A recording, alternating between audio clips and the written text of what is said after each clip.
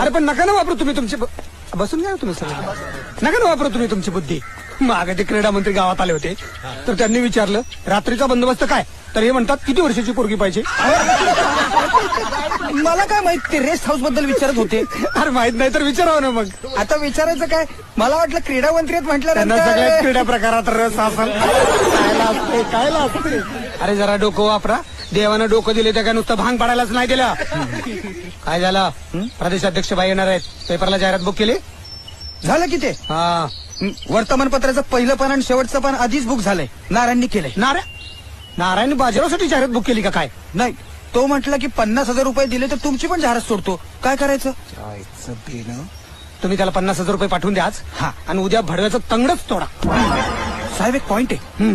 निवडणूक जवळ आली, लोक काय म्हणतील. आपल्याला काय जाहिरात देऊन तंगड तोडायचंय का, की आज आमच्या येथे चिरंजीव नारायणराव याचं तंगड तोडण्याचा कार्यक्रम आहे, तेव्हा आपण आवर्जून यावं. परत लागलं.